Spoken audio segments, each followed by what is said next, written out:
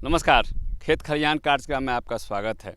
धान हमारे बिहार की प्रमुख फसल है और हमारे बिहार में कृषि के जो कुल उपलब्ध ज़मीन है उसमें सबसे अधिक क्षेत्र में धान की खेती होती है। लेकिन जहाँ तक उत्पादन का सवाल है, धान उत्पन्न करने वाले अन्य राज्यों के साथ जब हम बिहार की तुलना करते हैं तो हम पाते हैं कि हमारे यहाँ प्रति एकड़ धान का उत्पादन बहुत कम है। प्रसन्नता की बात है कि हमारे कृषि वैज्ञानिक, सरकार और हमारे किसान भाई जितने हैं वह इस तरफ जागरूक हुए हैं और प्रति एकड़ धान का उत्पादन बढ़ा है, खास करके संकर धान आने के बाद। लेकिन अभी भी प्रति एकड़ धान के उत्पादन को आगे बढ़ाने की ज़रूरत है। संभावनाएं भरपूर हैं। अब किसान भाई वैज्ञानिक विधि से आप धान की खेती कैसे करेंगे, इस विषय पर जानकारी दिलाने के लिए आज हमने आमंत्रित किया है एक वरीय कृषि वैज्ञानिक को, डॉक्टर आयुष कुमार जी को।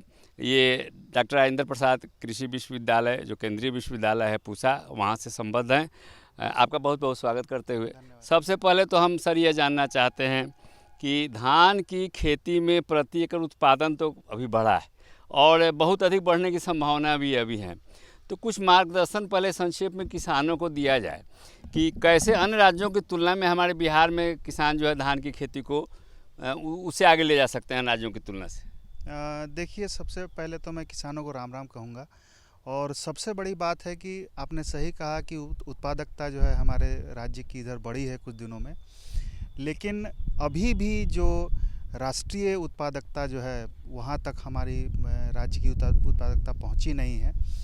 उसके बहुत सारे कारक हैं। जैसे हमारा क्षेत्र है, आप देख सकते हैं कि बहुत सारा क्षेत्र ऐसा है जो बाढ़ ग्रसित है।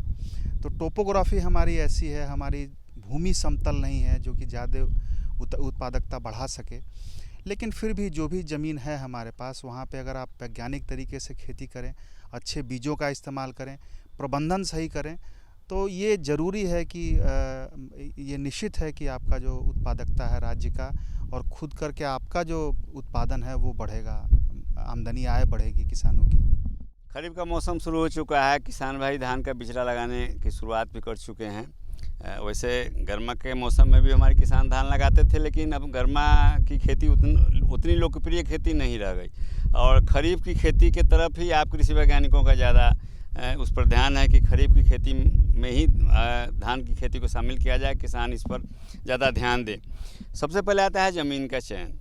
धान एक ऐसी फसल है जो हर तरह की ज़मीन में होती है, चौड़ वाले क्षेत्र में भी होती है, नीची ज़मीन में भी होती है, मध्यम ज़मीन में भी होती है, ऊपरी ज़मीन में भी होती है, ऊंची ज़मीन में भी होती है। तो खेत के चुनाव कैसे किसान करें और खेत के अनुसार, खेत के जो प्रकार हैं उसके अनुसार प्रभेद का चयन कैसे करें, इसके ऊपर हम आपसे जानकारी चाहेंगे। जी जी। देखिए, किसानों को मेरे ख्याल से बहुत सारे किसान अवगत होंगे, लेकिन फिर भी ये जानकारी देना ज़रूरी है कि देखिए, अमूमन जो है हमारे यहाँ जो ज़मीन या जिसे हम कहें कि जो इकोसिस्टम है या ज़मीन की बनावट है, उसके मुताबिक हम 4 वर्गों में बांट सकते हैं। सबसे पहला वर्ग है जो ऊपरवार ज़मीन है, दूसरा जो मध्यम ज़मीन आती है, तीसरा निचली ज़मीन आती है और चौथा है गहरे पानी या गहरे पानी वाले जल जमाव वाले क्षेत्र आते हैं।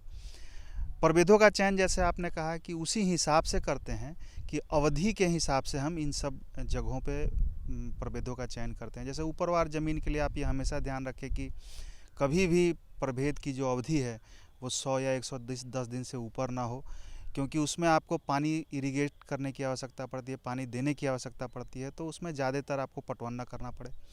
मध्यम ज़मीन में ज़्यादातर आपको जो है 115 से 120 दिन वाले प्रभेद का चयन करें। निचली ज़मीन में आप 125 से 30 दिन के किस्मों के लिए चयन के लिए जा सकते हैं। और गहरे पानी के जो प्रभेद होते हैं वो 140, 45, कभी कभी तो 160 दिन की किस्में भी इसमें चलती हैं, जैसे हमारे यहाँ की सुधा और वैदेही किस्में। ऊपरी ज़मीन की बात करते हैं। आपने कहा कि ऐसे प्रभेद जो 100 दिन या 110 दिन में तैयार होने वाले प्रभेद हों। आमतौर पर हमारे किसान जो हैं आपके विश्वविद्यालय के सहयोग से या काफ़ी जागरूक भी हो चुके हैं। प्रभात, तुरंता, ये सब वैरायटी लगाते थे। आजकल कुछ और नई नई जो वैरायटी आ गई हैं, किस्में आ गई हैं। ऊपरी ज़मीन के लिए कुछ प्रभेद के बारे में हम जानना चाहेंगे। जी, देखिए, ऊपरी ज़मीन के लिए जो सबसे उत्तम प्रभेद है अभी हमारे यहाँ से निकली है वो राजेंद्र नीलम है। और वो एक और अनुशंसा की गई है उस किस्म के बारे में कि वो डायरेक्ट सीडेड राइस के लिए सबसे उपयुक्त है, यानी कि DSR के लिए।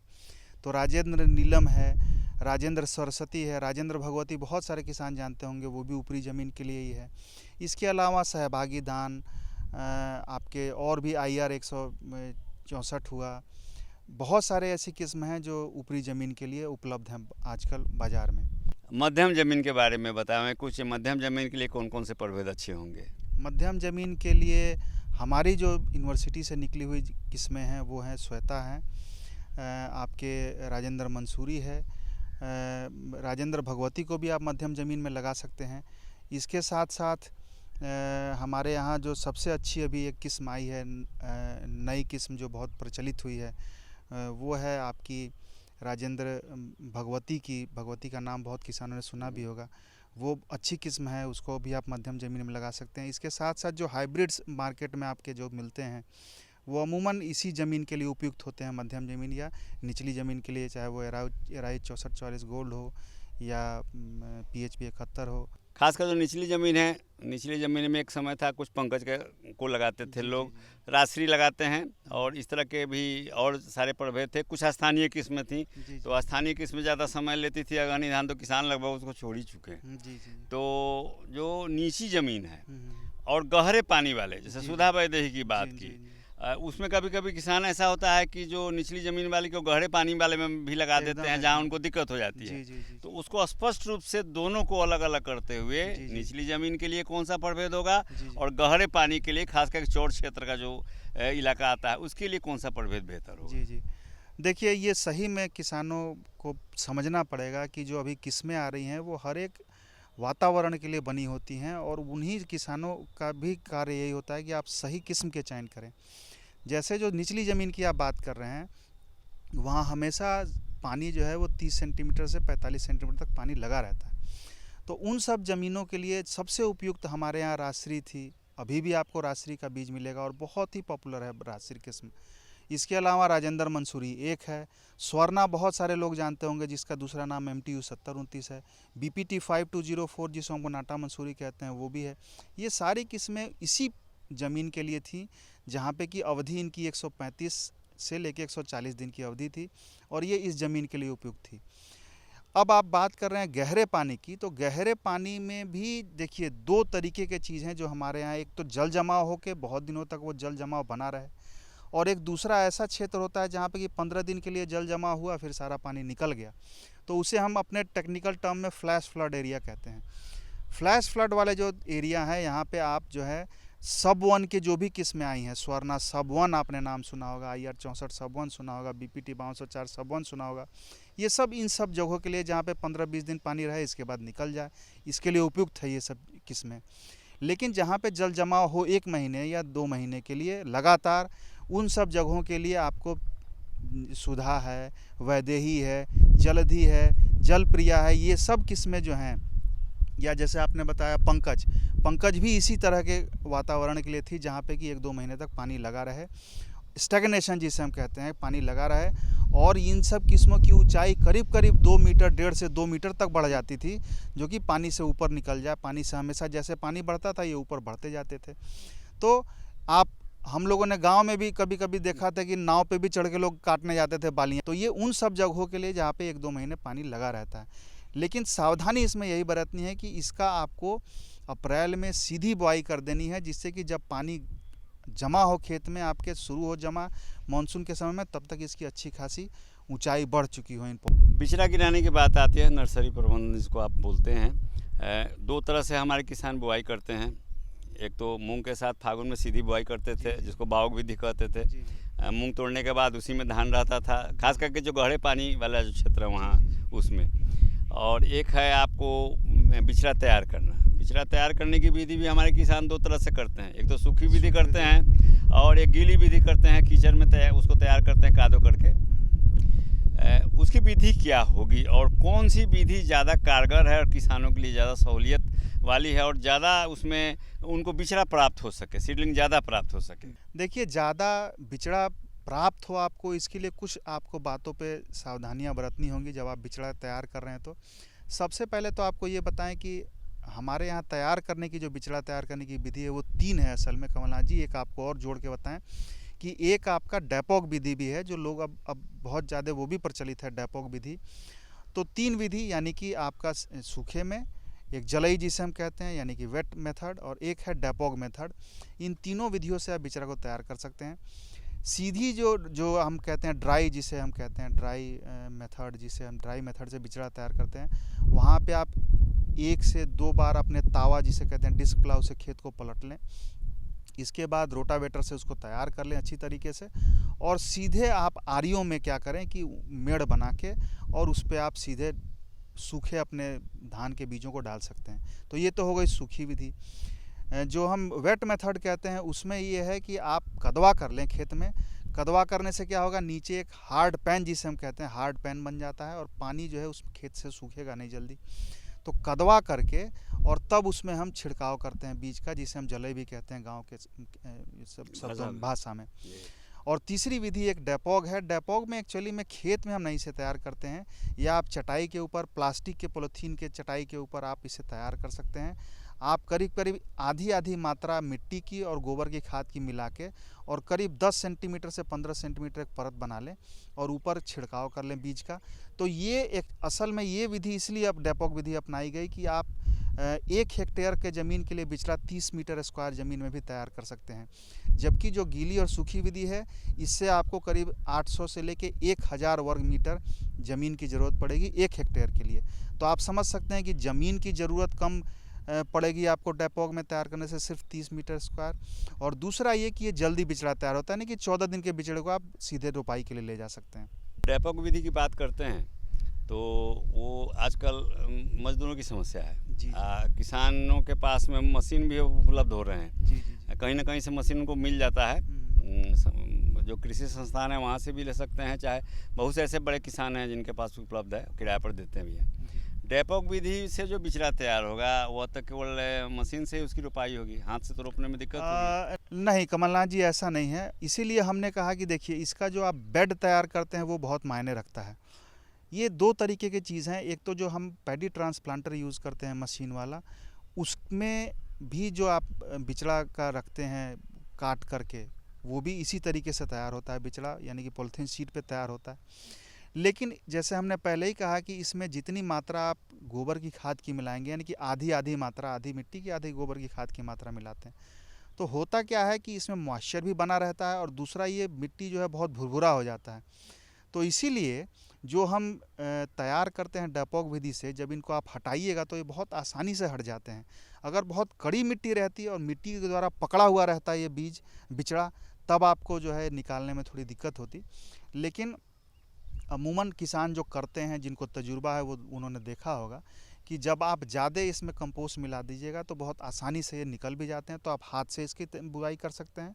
और जब आपको अगर ट्रांसप्लांटर से करना है तो आप मिट्टी की थोड़ी सी मात्रा बढ़ा दीजिए, जिससे कि आप पैडी ट्रांसप्लांटर पे उसको काट के चढ़ा भी सकते हैं। बिचड़ा तैयार करने के बारे में तो ज़मीन की तैयारी और ख़ास करके जो विधि के बारे में जानकारी दी, बहुत सी बीमारियां भी धान में लगती हैं, तो खास करके आप लोग सलाह देते हैं कि बिचड़े को उपचारित कर दिया जाए। जी जी जी। तो बिचड़ों को उपचारित करना और कुछ उर्वरक प्रबंधन भी नर्सरी में किया जाए। जी जी जी। इसके बारे में कुछ मार्गदर्शन चाहेंगे आप? ये बहुत अच्छा प्रश्न है कमलनाथ जी। असल में क्या करते हैं, हम जो मुख्य खेत होता है जहाँ पे कि हमको रोपनी करनी होती है, उस जगह का तो हम प्रबंधन करते हैं अच्छी तरह से, लेकिन बिचड़ों को बहुत सारे किसान ये हैं कि वो नज़रअंदाज कर देते हैं कि भाई बिचड़ों में क्या प्रबंधन करना है। लेकिन आपको ये जान के आश्चर्य होगा कि देखिए, जब तक बिचड़ा मजबूत नहीं होगा, आपकी जो है खेत में फसल भी मजबूत नहीं होगी। तो इसीलिए ज़रूरी है कि आप बिचड़े में भी प्रबंधन करें और उर्वरक प्रबंधन तो ज़रूर करें।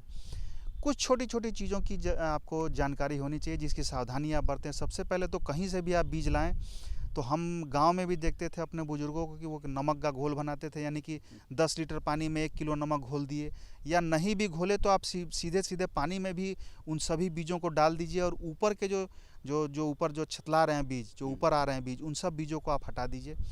तो हटाने से ये होगा कि जो बीज नीचे बैठ गए हैं वो बीज शुद्ध हैं, और जो ऊपर तैर रहे हैं वो खोखले बीज होते हैं, वो उसमें से आपको बिचड़ा नहीं निकलेगा।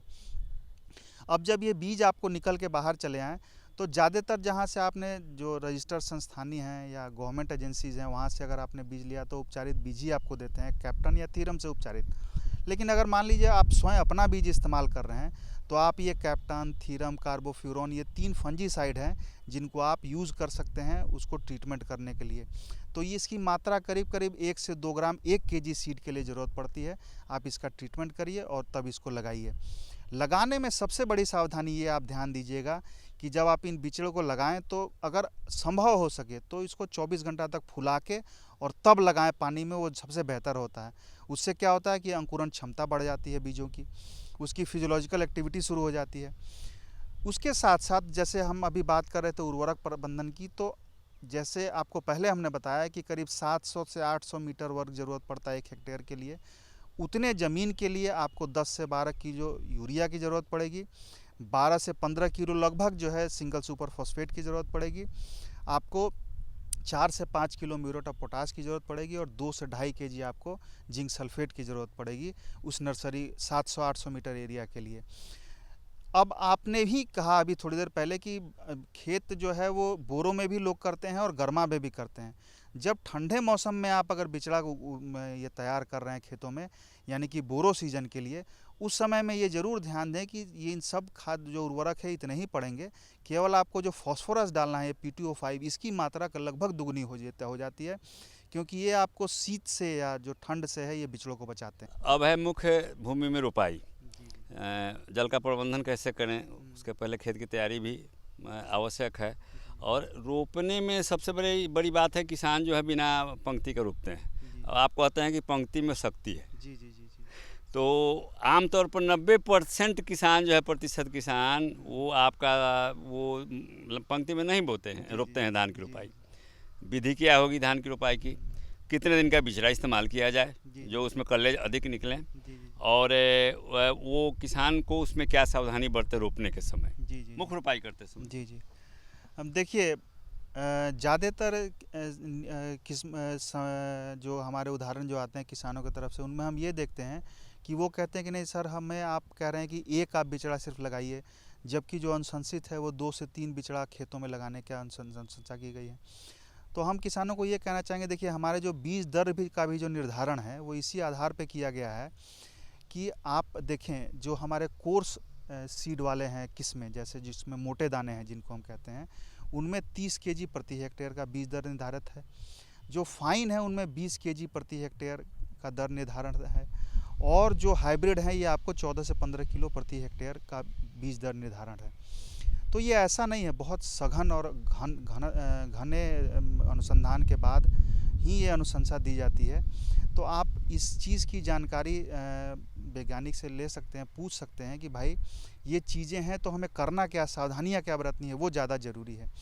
तो आप ये देखिए, जब खेत तैयार आपका हो जाए और बिचड़ा का जब आप बिचड़ा उखाड़ के ला रहे हैं, तो सबसे पहले तो आप ये सावधानी बरतें कि कम से कम बिचड़े का जो है वो जड़ टूटे, क्योंकि ज़्यादातर हम स्थितियों में देखते क्या है कि किसान बिचड़ा जो उखाड़ रहे हैं वहाँ वो ऊपर से उनके बिचड़े टूट रहे हैं, जड़ उखड़ नहीं रहा है साथ में, तभी भी वो पूरा उखाड़ते हैं। तो आप पहले ये सुनिश्चित कर लें कि खेत अगर बहुत केवाल मिट्टी वाली है तो उस खेत में नमी है वो आसानी से निकल जाए।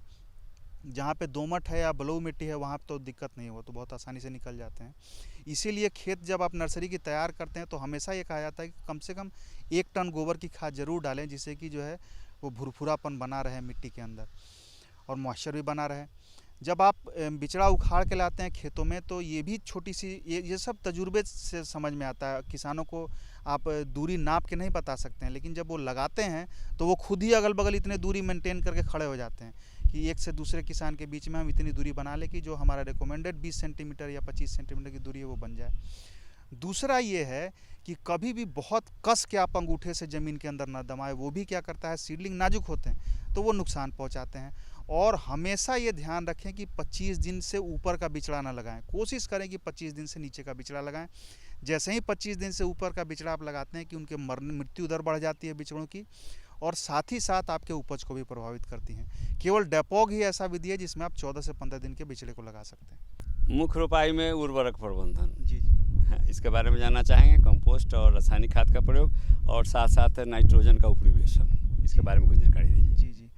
देखिए जैसे हमारे यहाँ अनुशंसित जो है उर्वरक, उसके मुताबिक हम कहते हैं कि नाइट्रोजन जो है करीब आप 80 डालिए, और 40-40 यानी कि 40 PTO5 डालिए और 40 पोटास डालिए, यानी कि 80 नाइट्रोजन, 40 फास्फोरस और 40 पोटास।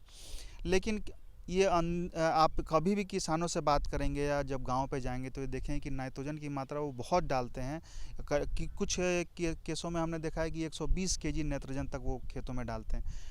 इतनी ज़रूरत नहीं है आपको नाइट्रोजन डालने की। देखिए नाइट्रोजन तो ठीक है, ज़रूरी है, लेकिन उसके साथ साथ ये हानि भी पहुंचाती है आपके मिट्टी को, आपके जलवायु को भी नुकसान पहुंचाती है। तो इसीलिए आप हरी खाद पे ज़्यादा निर्भरता अपनी बनाएं, यानी कि मूंग लगाएं और उसको पलट दें, ढैंचा लगाएं उनको पलट दें, तो हरी खाद की मात्रा ही बढ़ जाए। अपने रोटेशन में यानी कि जो फसल चक्र है उसमें आप एक न एक दलहन ज़रूर रखें, जिससे कि वो ऐसे ही गांठ बनाते हैं, नाइट्रोजन की गांठ आपके ज़मीन में बनाएंगे और नाइट्रोजन की मात्रा आपके मिट्टी में बढ़ जाएगी। लेकिन नाइट्रोजन जो आप प्रयोग करते हैं उसको भी ये ध्यान रखें, जैसे हमने कहा कि हमें 80 का रिकमेंडेशन है, 80 की अनुशंसित 80 kg आपको नाइट्रोजन डालना है। उसको आप 3 भागों में डाल सकते हैं। एक भाग तो जब आप खेत कदवा कर रहे हैं उसी समय डालिए, दूसरा 30 दिन के बाद यानी कि जब कल्ले निकलने शुरू हो जाएं आपके पौधों में तब आप डालिए, और एक जब गड्ढा में आ जाए, गांव की भाषा हम कहते हैं, यानी कि जब फ्लावरिंग इनिशिएशन होने लगा, गड्ढा में आपका खेत में पौधा आ रहा है, तो एक डोज उस समय डालिए। अब फास्फोरस की बात करें, फास्फोरस की पूरी मात्रा जो है हम शुरू में ही डाल दें, वो आवश्यक है। वो शक्ति प्रदान करती है आपके खेतों में और पौधों को प्रदान करती है रोगों से लड़ने में, जो वातावरण में परिवर्तन हो रहे हैं उनसे लड़ने में। पोटास की मात्रा 2 भाग में आप दे सकते हैं, आधी भाग तो जिस समय आप खेत तैयार कर रहे हैं उस समय में, और एक जिस समय दाने बनते हैं उस समय चमक और भरपूर दाने बने, इनके लिए जो है पोटास की आधी मात्रा आप उस समय में डालिए जब दाने बन रहे हों। तो ये 3 जो मुख्य उर्वरक हैं इनका प्रबंधन ऐसा है। इसके अलावा हर एक 3 साल के बाद आप जिंक सल्फेट ज़रूर खेत में डालें, क्योंकि धान में कम से कम एक खैरा रोग से आप बचाव कर सकते हैं जिंक सल्फेट का मात्रा उसमें देके, और ये 25 kg प्रति हेक्टेयर अनुशंसित है, आपको डालना ही चाहिए और 3 साल के अंतराल के बाद इसे दोहराना चाहिए। खरीफ में धान की खेती होती है, सिंचाई की आवश्यकता कुछ खास नहीं पड़ती, लेकिन सुखाड़ की स्थिति भी कभी कभी हो जाती है। पहले ऐसा माना जाता था कि 2-3 सेंटीमीटर पानी हमेशा लगा रहना चाहिए।